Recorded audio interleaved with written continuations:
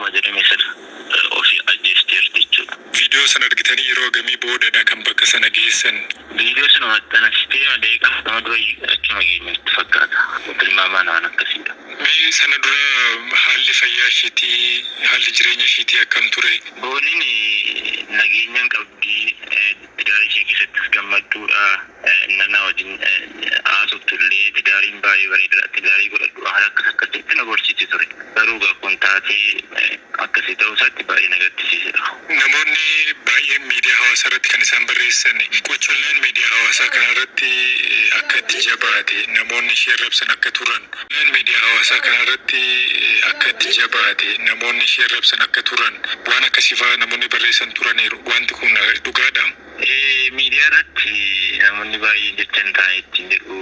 Kan miidiyaa kun garuu ittiyyuu hin jabeessaa ture. Ittuma jabeessitee hojjetti yeroo namni ishee lolu. Takka takkaan boossii hin gadditi.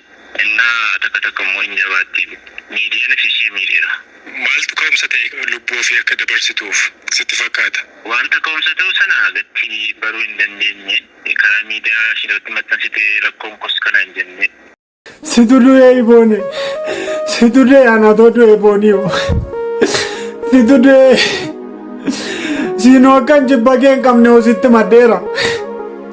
Viidiyoon hojjedhu keessatti guyyaa tokko jibbagee akkan hin qabne callisee viidiyooma waanan hojjedhuuf malee sitti maddeera.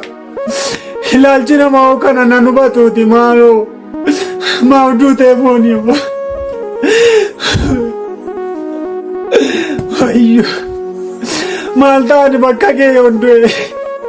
Kana booda namoonni baay'een of jajjabeessu malee warri boonii qeeqaa turanis warri arrabsaa turanis warri faarsaa turanis kana booda akka gadditan hunda keessan hin beekna. Garuu dhiifama gochuu yookaas dhiifama isinii gochuu isinis dhiifama gochuu hin dandeessanii. Mucaan kun baay'een keessan asiif achi oofuu jirtanii akkaataa kamiin ani uummata kanaan maalan jedha viidiyoo sirraa hojjedha ka jedhamu mucaa kana agartanii jirtanii. Inni itti aanu miidiyaa OBN irratti daawwalanii gaafatanii jiranii. Namni isaan gaafatan kun hiriyaa boonii haa ta'u obboleessa boonii haa ta'u maalii boonii akka ta'e hin beeku. Garuu sagalee yeroo waraabamu dhageessanii jirtanii garii isaa waraabee fide warri kaan immoo OBN irraa argitanii dhaggeeffachuu dandeessanii. Viidiyoon sun dheeraa waan ta'eef akka jedhamutti viidiyoo sana booniin maxxansitee daqiiqaa 40tti qaqqabuudhaan achii booda yeroo ol seennu booniin of ajjeestee jirti barrii ofitti coftee jedhe namni ammaa kuni. An dhugaa dubbachuu fi daqiiqaa 40 keessatti of ajjeesu jechuun ammuma viidiyoo gadhiiftee ammasumatti immoo deemtee of ajjeesu ishee I don't know waan ani hin beeku. Haa ta'u malee du'a isheef sababii kan ta'e haga ammaatti illee namni dubbate tokko illee hin jiru. Du'a isheef sababii kan ta'u maal akka ta'ee fi eenyutu akka sababii ta'e namni takka illee namni as bahee dubbate hin jiru. Warruma miidiyaa kanaatu suni kana ta'e kuni kana ta'e irra kan kaa'ate eenyummaan iyyuu namni dubbate hin jiru. Garuu booneen gaa'ila ofii keessatti yoo gammadduu taate jireenya ofii keessatti gammaddee jiraatti yoo taate of ajjeesti jennee gonkumaayyuu hin yaannu. Garuu immoo haa ta'uuti waan jennuuf waan goonu waan hin qabaanneef akkaataa kamiin akka isheen duutee fi maaliif akka isheen duute nu jalaayyuu badee jira. Kaan keessan immoo haadha manaasaa ishee duraa yookaas jaalallee isaatu isheetti siirii yookaas xonqolaa godhee ajjeese akkasis kan jiru jira. Walumaa galatti duuti boonee hunda namaa gaabbisiisee gaddisiisee jira.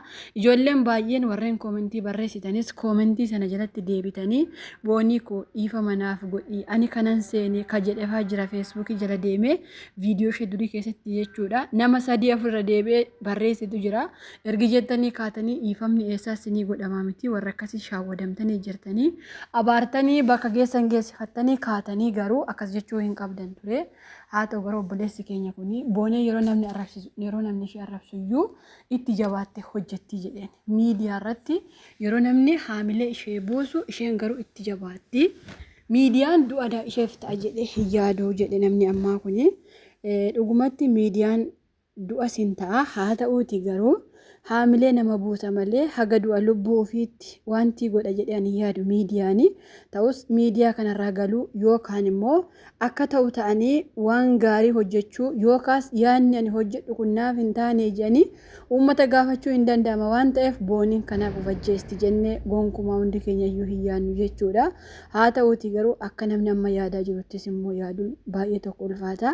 Namoonni suuraa abbaa manaa ishee agartanii fi yookaas immoo bakka uwwaashaatti akkamitti akka inni boohu akkamitti akkaataa inni ofillee qabachuu dadhabee miira inni keessa jiru namoonni argan baay'ee nama gaddisiisa innis. Haa ta'uuti garuu aadaa fi faashiniin biyya keenya keessaa dhufe haati manaa tokko ergi duutee booda maaliin akka isheen duute gonkumaayyuu hin beekamu duutee ishee bichaatu beekama ergasii hidhaanis hin jiru. Yoo gaafatamanis immoo gaaffii namni namaaf deebisu hin jiru jechuudha. Kanaafuu du'a boonee namoonni maaliif shakkani? Maaliif akka booneen duute namoonni irra caalaa maaliif abbaa manaa isheetti shakkani? Irra caalaa wanti shakkii fide yeroo ishee waliin haasoftu inni waliin hin haasawu. Yeroo isheen jaako'ettu inni yeroo isaa silkii irratti dabarsa. Itti galagaleeyyuu isheen ilaalu namoonni kanaaf jecha gara isaatti naannessuu jiranii jechuudha. Malee guutummaa guutuutti waa arganii yookaas immoo gurbaa kanarratti waa tokko arganii osoo hin taane osoo gammachuu qabaatte mana ofitti cufattee of hin ajjeestu. Akkamittiin booniin keenya of ajjeefti jechuun kan maraatan namoonni irra caalaan isaanii immoo dhiifama eessatti gaafanna. Gurbaan kun amma imimmaan buusee boohee maraata ni agartanii inni boohee maraatus akka maal addunyaa kana galgashee boos yoo tarii boonee badimsa isheef yookaas immoo jaallates viidiyoo haa hojjetu jibbees viidiyoo haa hojjetu. Garuu inni har'a dhiifama kan badii keen qabaanne boonee hin beektaa ega eessan seenaa ega eessa naqaa ega akkaman ta'a kana jechuun dhiifama eessatti argee gaafadha. Namoota baay'eedha kan boohee maraatu kuni qoricha keessanii dhugaa dubbachuuf viidiyoo boones kaasanii jiranii har'aaf nama kaase beekuu baannus viidiyoo isheen uummata ishee dhiifama gaafatte viidiyoon sun dileetii ta'ee jira isa jalaallee ishee jalaallee jechuudha. Baay'een keessanii akkamittiin inni laayikii godhe yookaas immoo onnee laatee fi kajettanii xiqqoo wanti shakkii natti uume tarii waliigalatti iimeeliin isaanii tokko yoo ta'e isheen yeroo viidiyoo gadhiifte sana isa jalatti yoo gadhiifte yookaas isheen iimeelii isaa qabaatte yoo tarii onnee tuqxifaa jedhee an akkatti shakka jechuudha. An dhugaa dubbachuuf yaadni keenya gara meeqa shakkullee gara meeqa maraatullee akka maal ta'ullee boonee keenya deeffachuu hin dandeenyu. Haa ta'uuti baay'een ijoollee kashaawwadamaa jirtan immoo akkaawuntii harmee ishee jedhanii feekii namoonni bananis baay'ee jira. Kanarra akka of eeggattan asuma isiniif aamaa sababiinsaa namoonni baay'een kan harmee ishee fakkeessanii kan bananis jira kan harmee ishee orijinaalaan namoonni bananiiran ni jiranii. Kanaafuu boonee keenya rabbiin boqonnaa haa kennuu fi waan jennu hin qabnu ilmi namaa kamuu harkaan of ajjeese boqonnaa hin argatu maalii hin ta'u jedhanii namoonni baay'een keessan azaabatti deemtee addunyaa irrattis ati azaaba ati maalii sana warri jettan osoo irraa dhaabbattanii gaariidha jedhee yaada. Booneen viidiyoo isheen guyyaa 2-3 gidduutti hojjette viidiyoo wayii tokko agartanitti yoo ta'e osoo boossu hojjette namoonni baay'een waa'ee boonee kanarraa fakkeenyaaf kan akka asilii viidiyoo asilii fi viidiyoo maakkii dhaggeeffatanitti asaliin maal jedhanitti fakkaate isin warri shamarranii unuuf jettanii kan of ajjeestan isin sammuun keessan nagaayi jedhee namoonni baay'een abbaa manaa boonii yookaas joosiin akka ajjeesetti hundi namaa shakkee jira jechuudha.